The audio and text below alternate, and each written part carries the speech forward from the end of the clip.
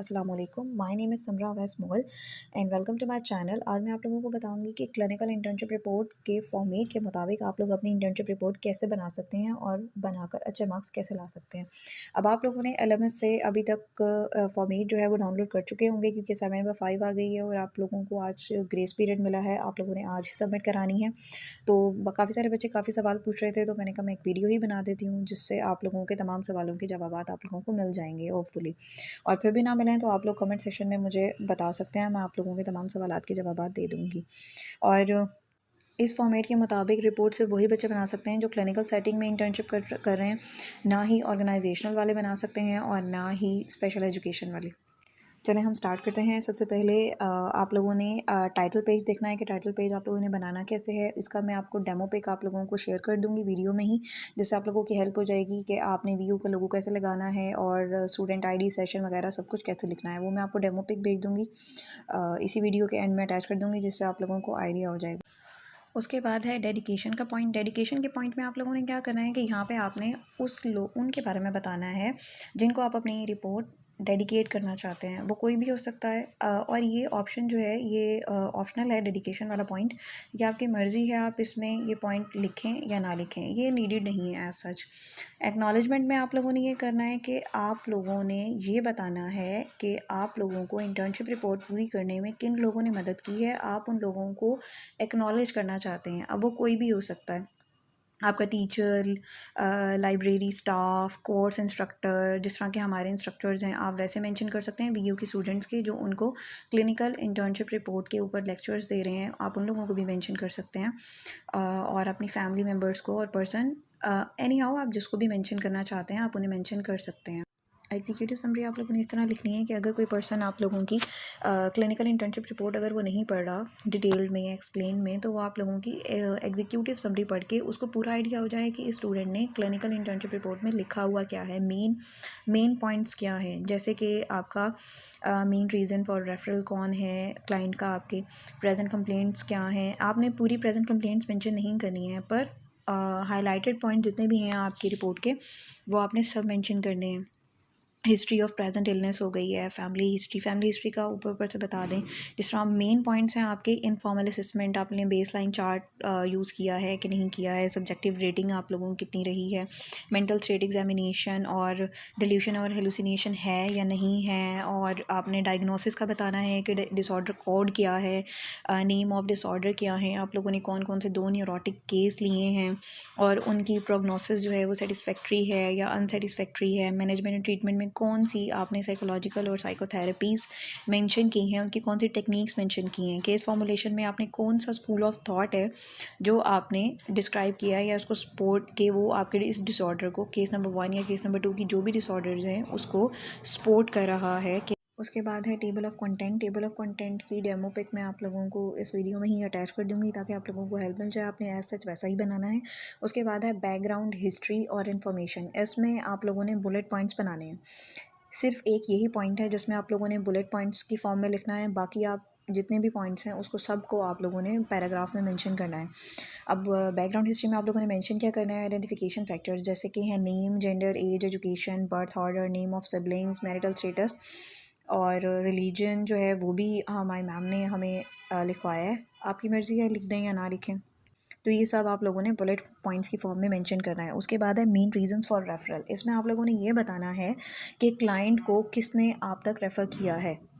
इसमें सिंपली आप लोगों ने यही लिखना है, the client was referred to me from the psychologist और साइकाइट्रिस्ट। जिसके भी सुपरविजन में आप लोग इंटर्नशिप कर रहे हैं उसी ने आप लोगों को साइकोलॉजिकल असेसमेंट और मैनेजमेंट के लिए इस क्लाइंट को आपको रेफ़र किया है। सिंपली आप लोगों ने यही लाइन लिखनी है। एज सच आप यहाँ से इसी फॉर्मेट से कॉपी करके भी आप वहाँ पे मेंशन कर सकते हैं। सिर्फ आपने वहाँ पे लिखना है कि रेफर्ड बाय साइकोलॉजिस्ट और साइकाइट्रिस्ट, जिसके भी अंडर आप करें इंटर्नशिप। उसके बाद पॉइंट है प्रेजेंट कंप्लेंट। प्रेजेंट कंप्लेंट जो है मोस्ट इंपॉर्टेंट पार्ट है आपकी इंटर्नशिप रिपोर्ट का, जिस पे आप लोगों ने क्लाइंट के वर्बैटम में, जैसे कि क्लाइंट बोल रहा है उसी फॉर्म में आप लोगों ने एज सच वो जो भी बोल रहा है, मेरे सर में दर्द होता है, मुझे एंग्जाइटी होती है, मुझे नींद नहीं आती है, आपने उसी फॉर्म में एज सच वैसा का वैसा ही प्रेजेंट कंप्लेंट मेंशन करनी है। अगर वो उर्दू में बोल रहा है तो उर्दू में लिखनी है आपने, अगर वो पश्तो में बोल रहा है तो पश्तो में लिखें।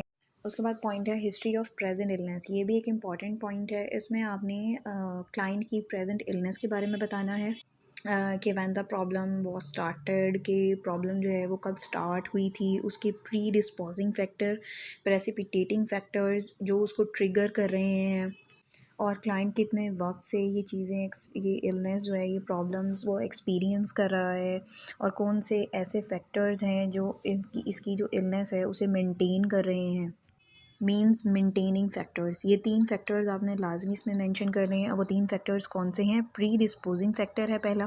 प्री डिस्पोजिंग फैक्टर्स हम कह सकते हैं कि किसकी वजह से स्टार्ट हुआ है, जैसे कि वो बहुत अटैच है अपनी बीवी से और ख़ानदान से, और उन्हें टाइम देता है। उसके बाद है प्रेसिपिटेटिंग फैक्टर सेकंड, जो इस प्रॉब्लम को ट्रिगर कर रहे हैं, वो है इसकी वाइफ की डेथ हो गई है। सपोज कर लें कि उसकी वाइफ की डेथ हो गई है, तो ये उसका प्रेसिपिटेटिंग फैक्टर है जो इस प्रॉब्लम को ट्रिगर कर रहा है, वजह बन रहा है, बहुत ज़्यादा बढ़ा रहा है। उसके बाद है तीसरा मेंटेनिंग फैक्टर, जो इस प्रॉब्लम को मेंटेन किए हुआ है, ख़त्म नहीं होने दे रहा। जैसे कि जब उसकी वाइफ की डेथ हो गई है, तो अब वो उससे बिलोंगिंग थी, उसको बहुत ज़्यादा अब उसकी टेंशन लेता है, घर में उसका दिल नहीं लगता, वो घर को मैनेज नहीं कर पा रहा। तो ये उसके मेंटेनिंग फैक्टर्स हैं। और ये आपने तरतीब से ही लिखना है, कि मतलब आपने पहले प्री डिस्पोजिंग फैक्टर्स लिखने हैं, फिर प्रेसिपिटेटिंग जो उसको ट्रिगर करें, और फिर मेंटेनिंग फैक्टर्स लिखने हैं। ये एक तरतीब चलती रहेगी, और आपने ये तरतीब तोड़नी नहीं है। एक स्टोरी की फॉर्म में आपने ये हिस्ट्री ऑफ प्रेजेंट इलनेस लिखनी है।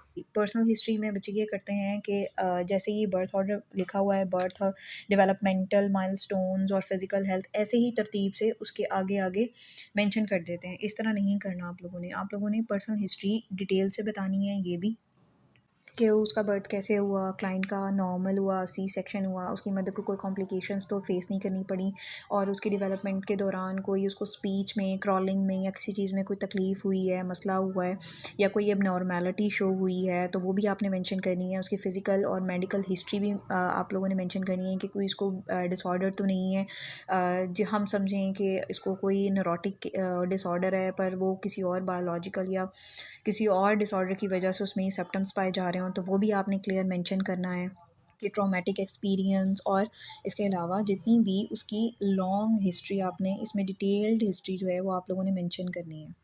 उसके बाद है मैरिटल हिस्ट्री, वो भी आप लोगों ने मेंशन करनी है। उसकी स्पोज होती है वाइफ के बारे में, चिल्ड्रन के बारे में, और उसके बाद आप लोगों ने, अगर क्लाइंट जॉब करता है तो उसकी ऑक्यूपेशनल हिस्ट्री आप लोगों ने मेंशन करनी है। उसके को फेलोज़ और को वर्कर्स के साथ उसका रिलेशन बताना है, कि वो कैसा है, लड़ता तो नहीं है, कोऑपरेटिव है या नहीं है। अगर वो ऑक्यूपेशन चेंज करना चाहे तो उसकी वजह क्या होगी, अगर चेंज करना चाहता है तो कौन सा ऑक्यूपेशन रखेगा।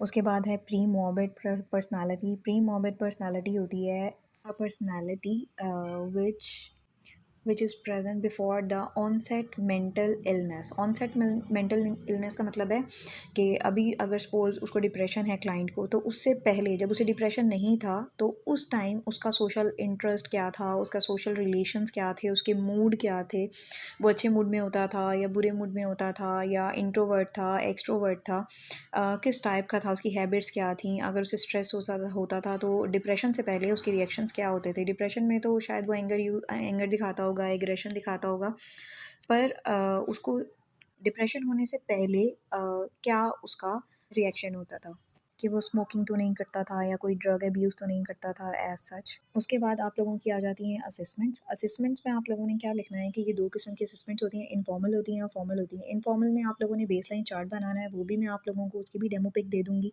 उसमें भी आप लोगों ने चार्ट में यही मेंशन करना है। इसमें पिक भी बना के अपलोड कर सकते हैं अपनी फॉर्मेट फ़ाइल में, और दूसरा आप इसके अलावा अपनी फ़ाइल के अंदर भी आप एक टेबल बना सकते हैं, पर ईज़ी ये रह जाता है कि अगर आप लोग पेज पे लाइन्स लगा के आप लोग वक्त, तारीख या क्या वाक़या पेश आया, एक कॉलम उसका, एक क्या सोच आई या क्या रद्द अमल था, इसका एक कॉलम बना लें। गुस्से या मायूसी की शिद्दत, आपने शिद्दत बतानी है। कुछ स्टूडेंट्स का मैंने देखा कि उन्होंने बहुत बहुत लंबा लिखा हुआ था गुस्से की शिद्दत में। गुस्से की शिद्दत या मायूसी की शिद्दत में आपने 1 to 10 के बीच में सिर्फ़ उनको कैटेगराइज़ करना है, कि कितने फ़ीसद उनको गुस्सा आया उस वाक़ये में, जो वाक़या आप उसका लिखेंगे क्लाइंट का, तो उनको कितना कितना फ़ीसद गुस्सा आया, 7%, 8% या 7 लिखें, 8 लिखें, 2 लिखें, सपोज़ ऐसे। और उसके आगे आपने कुछ भी नहीं लिखना। उसके बाद आपका लास्ट कॉलम बनेगा कैसे ख़त्म हुआ। यह आपका बेसलाइन चार्ट है। हर केस का आपने सेपरेट बेसलाइन चार्ट बनाना है।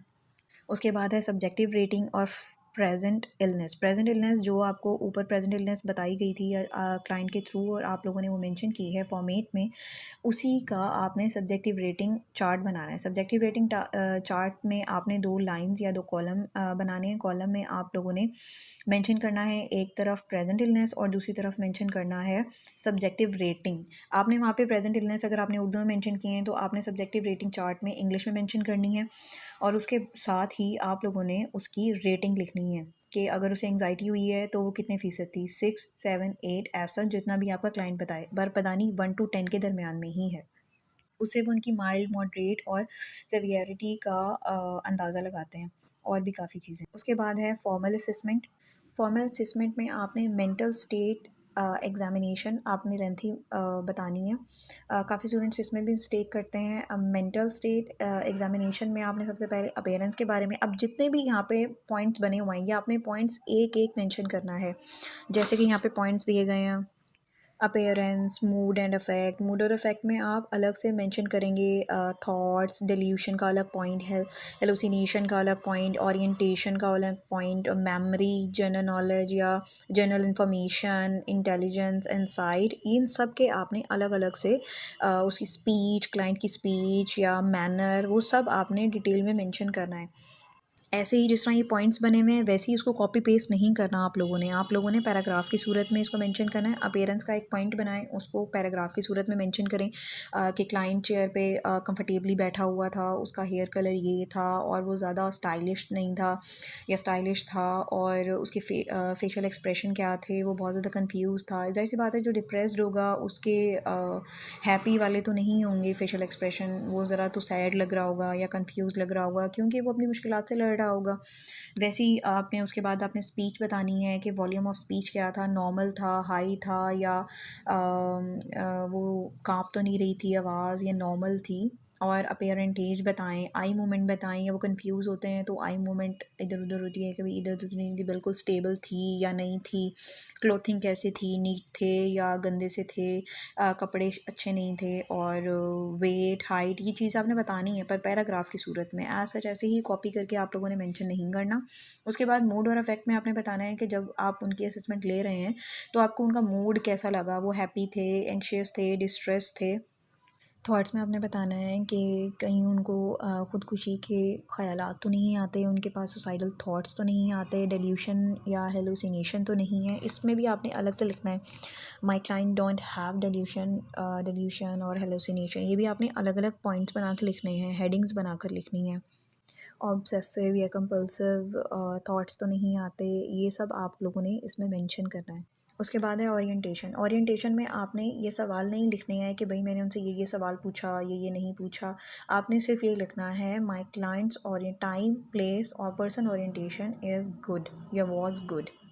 ऐसे ही आपने मेमोरी का पॉइंट लिखना है। उसके बाद जनरल इन्फॉर्मेशन में आपने क्वेश्चंस नहीं लिखने हैं, सिर्फ ये बताना है कि और हिज जनरल नॉलेज और जनरल इन्फॉर्मेशन और इंटेलिजेंस वाज गुड।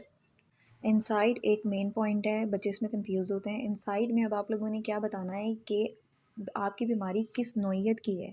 आया कि पेशेंट जो है या क्लाइंट जो है उसको अपनी बीमारी के बारे में नॉलेज है, वो क्या जानता है अपनी नॉलेज, अपनी बीमारी के बारे में। तो आपने ये लिखना है कि my client inside was good because he know the aspects of his or her disorder, और उसके सिम्टम्स भी उसे पता हैं और वो फ़ाइट कर रहा है इस बीमारी से, वो लड़ना चाहता है, तो उसकी इनसाइट अच्छी है, उसकी गुड और फेयर इनसाइट है। अगर उसे नहीं पता है तो उसकी पुअर इनसाइट है। जैसे कि आपके DSM-5 में 3 पॉइंट्स बने हुए हैं इनसाइट के, तो उसमें से आपने देख के मेंशन करनी है। ये सारी रिपोर्ट आपने DSM-5 के अकॉर्डिंग ही बनानी है, कुछ भी अपनी तरफ से ऐड ऑफ नहीं करना। उसके बाद है पॉइंट समरी ऑफ इनफॉर्मल और फॉर्मल साइकोलॉजिकल असेसमेंट। इसमें है डायग्नोसिस। अब डायग्नोसिस का फॉर्मेट आपको जिस तरह दिया गया आपने वैसे ही मेंशन करना है। आपने करना है लिखना है अकॉर्डिंग टू DSM-5 क्लाइंट का डिसऑर्डर जो है जिस तरह के है परसिस्टेंट डिप्रेसिव डिसऑर्डर, उसके आगे आप ब्रैकेट में डिस्थाइमिया लिख दीजिए जैसे कि उसका कोड है।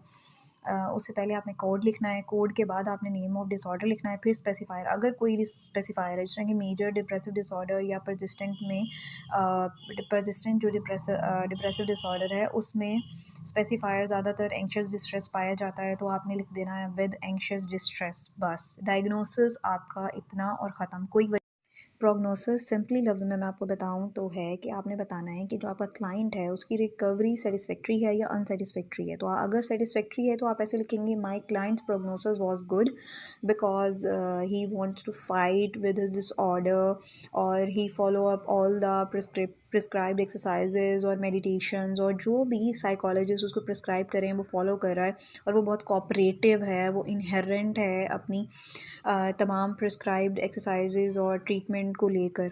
तो उसकी प्रोग्नोसिस जो है वो अच्छी है। और आज जिस तरह के आप माइल्ड केसेस ले रहे हैं तो माइल्ड केसेस में जितने भी क्लाइंट होते हैं उनकी प्रोग्नोसिस बेटर ही होती है ज़्यादातर, क्योंकि सेवियर और मॉडरेट वालों से तो माइल्ड जल्दी ही रिकवर कर लेते हैं। उसके बाद है मैनेजमेंट एंड ट्रीटमेंट। मैनेजमेंट और ट्रीटमेंट में आप लोगों ने थेरेपीज़ बतानी है कि आप लोग कौन सी थेरेपीज़ जो है रेकमेंड कर रहे हैं क्लाइंट्स को। तो आप लिखेंगे the recommended therapies for the client of डिस्थाइमिया is suppose कर लें CBT होगी या REBT होगी, रैशनल इमोटिव बिहेवियरल थेरेपी हो गई, आप ये मेंशन करेंगे। उसके बाद आपने पॉइंट बनाना है साइकोलॉजिकल और साइकोथेरेपी। उसके अंदर आपने डिटेल से मेंशन करना है कि आप कौन सी थेरेपीज़ मेंशन कर रहे हैं। आपने एटलीस्ट 2 थेरेपीज़ आप मेंशन कर दें। जिस तरह CBT हो गई है, कॉग्निटिव बिहेवियरल थेरेपी हो गई है, उसमें 2 टेक्निक्स बता दें कि आप कौन-कौन सी इस्तेमाल कर रहे हैं। जैसा कि है REBT, ABC मॉडल है, जिसमें अगर आप OCD के आपके पास क्लाइंट है OCD का तो तब भी आप लोग REBT इस्तेमाल कर सकते हैं, ERP भी यूज़ कर सकते हैं। पर ERP DSM-5 के अकॉर्डिंग तो नहीं होगा, तो आप ERP ना मेंशन करें। आप लोग REBT भी कर सकते हैं, CBT भी कर सकते हैं, क्योंकि CBT जो है कॉग्निटिव बिहेवियरल थेरेपी, वो आपके क्लाइंट के डिप्रेशन वाला है या OCD का है, वो उसके नेगेटिव थॉट और थॉट डिस्टॉर्शन जो होती है उससे फाइट करेगा। वो उनके अनहेल्दी और इरेशनल थॉट्स को हेल्दी और रैशनल थॉट्स में एक्सचेंज करेगा, रिप्लेस करेगा, और जिससे आपके क्लाइंट का जो कंडीशन है वो मोस्टली बेहतर ही होगा। क्योंकि जब देखें थिंकिंग पॉजिटिव हो जाएगी तो क्लाइंट तो ऑब्वियसली अपने डिसऑर्डर में कुछ बेहतरी तो दिखाएगा ही, अपनी इलनेस से रिकवरी तो दिखाएगा ही वो। और ये आपने मेंशन करनी है, 2 थेरेपीज़ आपने लाजमी मेंशन करनी है। बच्चे इसमें ज़्यादा कंफ्यूज लॉजिकल और साइकोथेरेपी में कि आप सपोज कर लें CBT कर रहे हैं तो अपने क्लाइंट की कौन सी बीमारी से आप उसको लिंक कर रहे हैं उस थेरेपी को, कि मतलब REBT ले लेते हैं, REBT से आप कौन सी टेक्निक यूज़ करके अपने क्लाइंट का डिसऑर्डर में कौन सा एरर ठीक कर रहे हैं। मिसाल के तौर पर REBT जो है वो थॉट्स, इमोशंस और बिहेवियर को चेंज करता है। तो जो थॉट्स हैं REBT से मैं उसके थॉट्स, नेगेटिव थॉट्स जो हैं उनको पॉजिटिव में चेंज करूँगा, ऐसे एज सच आपने लिखना है। और इमोटिव जो उसकी टेक्निक है उससे मैं उनके इमोशंस जो वो सैड फील कर रहे हैं, अलोन फील कर रहे हैं, हेल्पलेस फील कर रहे हैं, उससे ठीक करूँगा, उसके थॉट डिस्टॉर्शन को उनसे ठीक करूँगा। उसके बाद बिहेवियर चेंज करूँगा जो अनहेल्दी। तो ये टेक्निक्स जो हैं उनमें मदद देती हैं। ABC मॉडल भी इसी तरह उनके थॉट्स, इमोशंस और बिहेवियर को चेंज करने में मदद देते हैं, CBT भी, कॉग्निटिव भी। तो आप ये सब कुछ लिख सकते हैं। और अगर फैमिली काउंसलिंग की ज़रूरत है, कुछ लोगों को फैमिली इश्यूज़ की वजह से डिसऑर्डर्स होते हैं, तो आप उन लोगों को फैमिली काउंसलिंग भी प्रोवाइड यहाँ पे रिकमेंड कर सकते हैं अपनी रिपोर्ट में। जैसा कि साइको एजुकेशन हो गई, आप वो उनका भी उनको गाइड कर सकते हैं और सब डिटेल बता सकते हैं। और फिर आपने यहाँ पे ये भी मेंशन करना है कि आप उस टेक्निक को यूज़ करके पेशेंट की कौन सा डिसऑर्डर या कौन सा ऐसा सिम्पटम है जो जिससे वो ठीक करेंगे, आपने वो भी मेंशन करना है, जो कि ज़रूरी है इन दोनों पॉइंट्स में, साइकोलॉजिकल और फैमिली काउंसलिंग दोनों में ना ये ज़रूर मेंशन करना है। उसके बाद है केस फॉर्मुलेशन। केस फॉर्मुलेशन में बच्चे बहुत ज़्यादा कंफ्यूज हो रहे हैं, तो इसका आप गौर से सुनें कि आप लोगों ने करना क्या है। आपने कोई एक स्कूल ऑफ थॉट है, 7 स्कूल ऑफ थॉट्स हैं, उसमें से आप कोई सब पहले तो आप सब पढ़ लें। उसके बाद कोई एक स्कूल ऑफ थॉट है, आपने वो यहाँ पे मेंशन करना है, उसको अपने न्यूरोटिक केस से सपोर्ट देनी है, मतलब जो उसको सपोर्ट करे उससे आपने रेफरेंस देना है। रेफरेंस जैसे कि मैं आपको बताऊं कि परसिस्टिव डिप्रेसिव डिसऑर्डर वाले जो हैं, डिस्थाइमिया वाले या मेजर डिप्रेशन वाले जो हैं, वो लोग कॉग्निटिव स्कूल ऑफ थॉट से उनको दे सकते हैं, क्योंकि देखें उनमें होता ही नेगेटिव थॉट्स होते हैं, उनकी थिंकिंग बहुत ज़्यादा नेगेटिव होती है, उनके पास इरेशनल थॉट्स होते हैं जिनको साइकोलॉजिस्ट जो हैं वो चेंज कर सकते हैं CBT के थ्रू। तो वो CBT और CT जो है वो कहाँ से आती है, वो है कॉग्निटिव स्कूल ऑफ थॉट से ही। तो हम लोग उससे भी रेफरेंस दे सकते हैं और लिखेंगे हम ऐसे, the cognitive school of thought sport or endorse the reasons of many manifestation of my major depressive disorder और जो भी डिसऑर्डर है जिसमें नेगेटिव थिंकिंग है एज सच। यहाँ पे उन्होंने एग्जांपल्स भी दी हुई हैं। If the reason is unconscious conflict then you can support your case with the help of psychodynamic school of thought. पर हम लोगों ने न्यूरोटिक केसेस की तरफ जाना है। माइल्ड तो हम लोग ज़्यादातर यही आएगा, कॉग्निटिव स्कूल ऑफ थॉट ही हम लोग मेंशन करेंगे। उसके बाद आपने वो थेरेपीज़ भी मेंशन करनी है कि आप कौन कौन सी थेरेपीज़ जो हैं वो यूज़ कर रहे हैं। शॉर्टली बता दें, वैसे डिटेल तो आप लोग उसमें साइकोथेरेपी और साइकोलॉजिकल असेसमेंट में बताएंगे ही, पर इसमें शॉर्ट बता दें कि हम लोग सीबीटी यूज़ कर रहे हैं, आरईबीटी यूज़ कर रहे हैं और रिलैक्सेशन और रिड्यूसिंग स्ट्रेस रिड्यूसिंग टेक्निक्स बता सकते हैं, जैसे कि डीप ब्रीथिंग एक्सरसाइजेज है, मसल कंट्रैक्शन है, ये सब चीज़ें आप यहाँ पर मेंशन कर सकते हैं।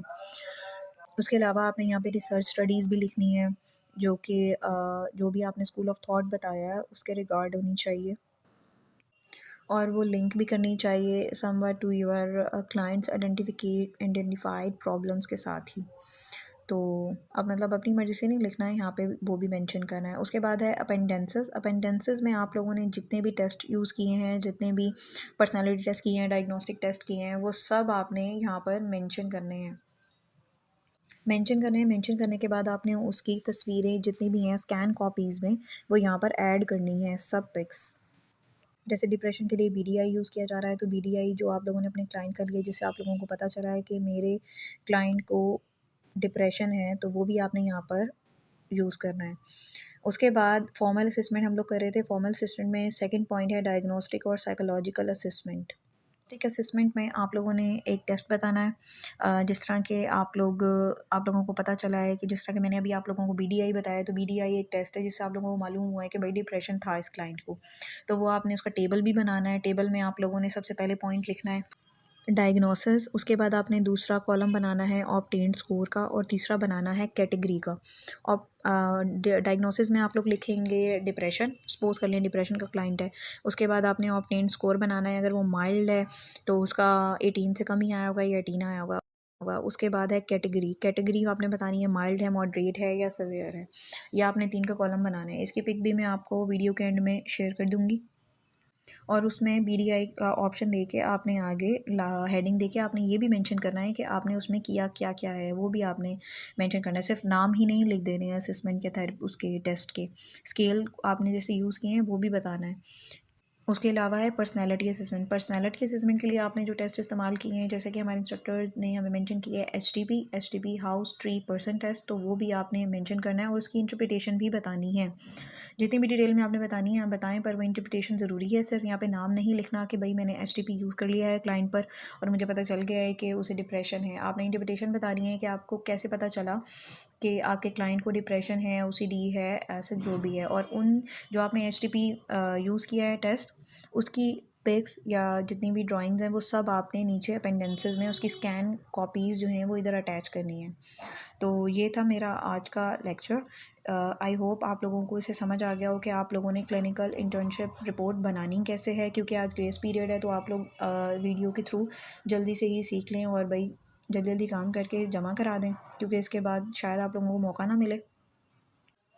और इसके अलावा कोई भी आपका सवाल है जिसमें आपको अभी भी समझ नहीं आई, तो आप लोग कमेंट सेक्शन में मुझे बता सकते हैं, तो I can help you. Okay.